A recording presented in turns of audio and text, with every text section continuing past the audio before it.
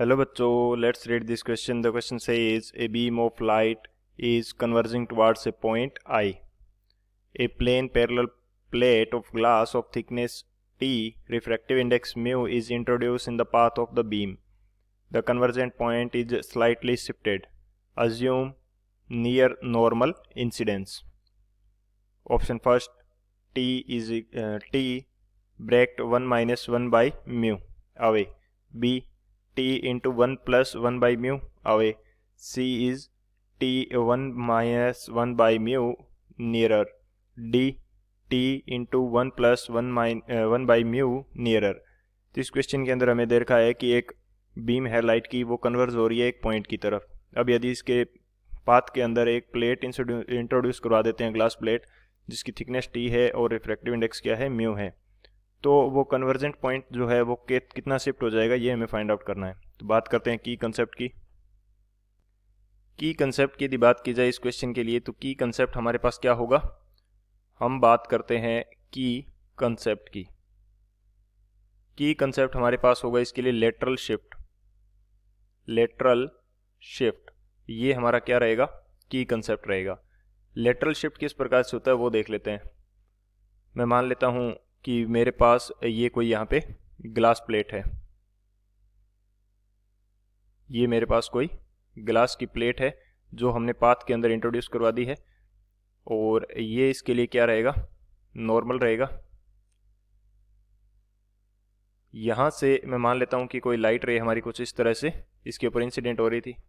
यदि हमारे पास glass plate नहीं होती तो ये लाइट रे कुछ इस तरह इस पाथ को फॉलो करते हुए निकल जाती, लेकिन अब इसके अंदर हमने क्या इंट्रोड्यूस करवा दिया है, ग्लास प्लेट। तो जैसे ही ग्लास प्लेट ये इंट्रोड्यूस करवाएंगे, चलो इसको मैं थोड़ा सा सही कर लेता हूँ, इसको थोड़ा सा सही कर लेते हैं। यहाँ से यदि फिर से देखा जाए तो ये हमारे पास कोई लाइट रे है, जब ये नहीं होती हमारे पास ग्लास प्लेट तो ये कुछ इस तरह जाती, लेकिन हमने इसके पाथ में ग्लास प्लेट इंट्रोड्यूस करवा दी तो ये थोड़ा सा शिफ्ट कर जाएगी नॉर्मल की तरफ, और फाइनली ये हमारे पास इस पाथ के जो पहले वाला पाथ है इसके पैरेलल मूव करेगी, कुछ इस तरह। मैं इसको सही से बनाता हूं थोड़ा, तो इस तरह ये मूव कर जाएगी, और ये जो एंगल है ये एंगल ऑफ इंसिडेंस आई होगा। नॉर्मल के साथ यहाँ जो एंगल बनेगा वो क्या होगा, वो एंगल होगा हमारे पास आर, वो क्या होगा, रिफ्रैक्शन एंगल आर।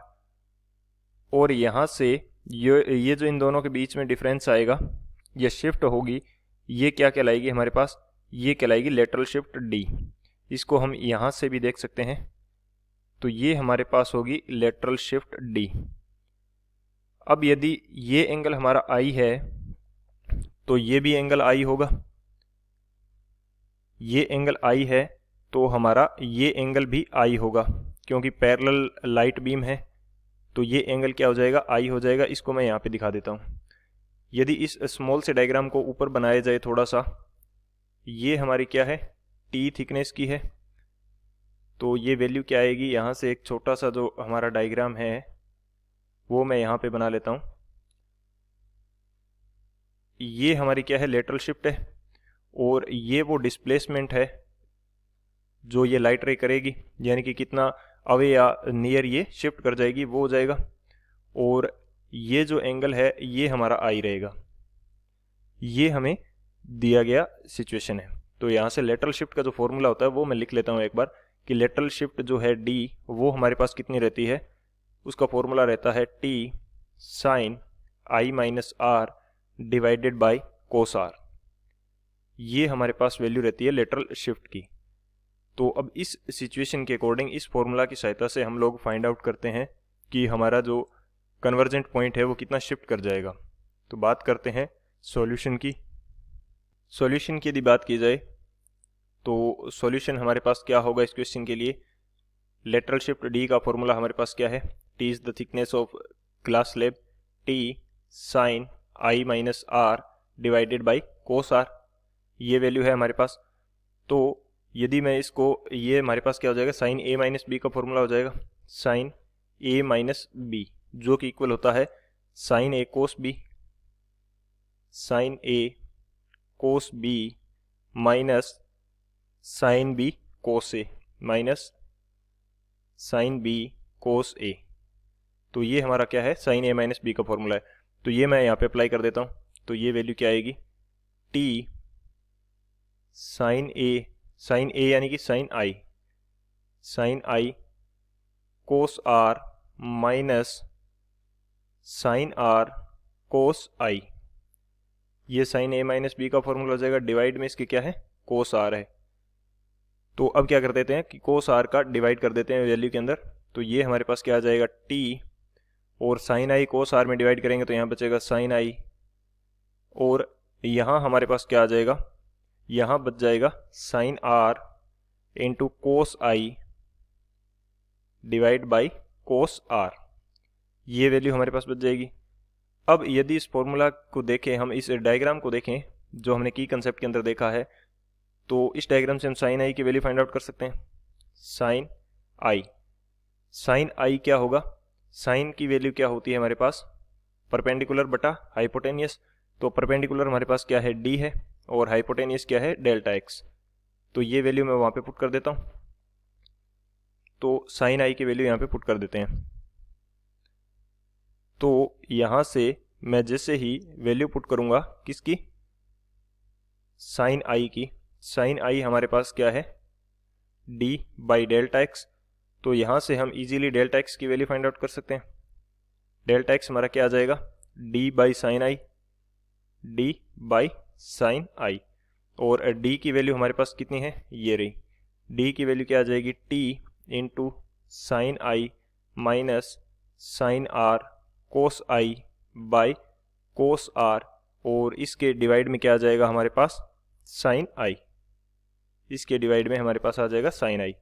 तो जब इसको सॉल्व करेंगे तो डेल्टा एक्स हमारे पास कितना आएगा, टी कॉमन आ जाएगा, sine I divide by sine I 1 हो जाएगा, sine R by sine I क्या हो जाएगा, 1 बाई म्यू, क्योंकि म्यू क्या होता है, sine i by sine r होता है। और यहाँ क्या बच जाएगा, cos i by cos r, ये वैल्यू आ जाएगी।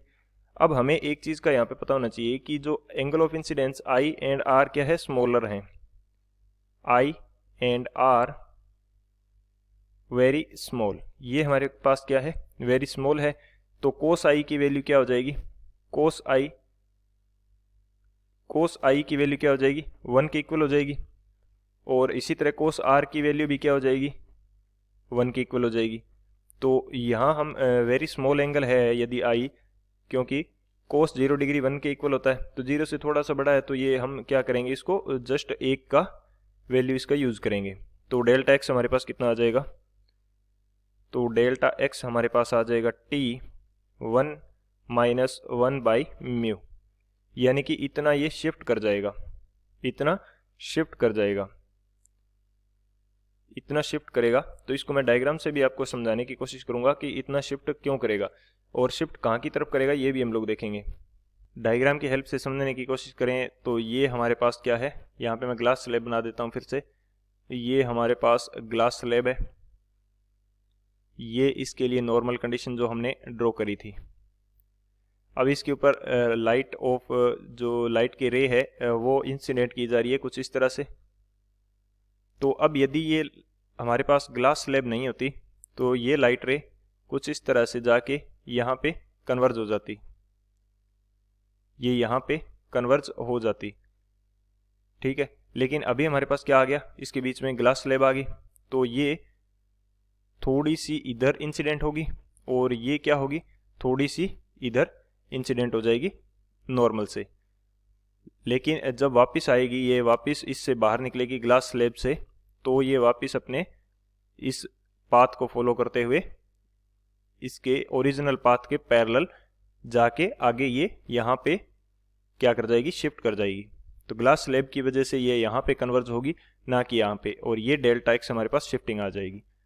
तो शिफ्ट कितना करेगी वो भी हम वैल्यू यहाँ पे पुट कर देते हैं।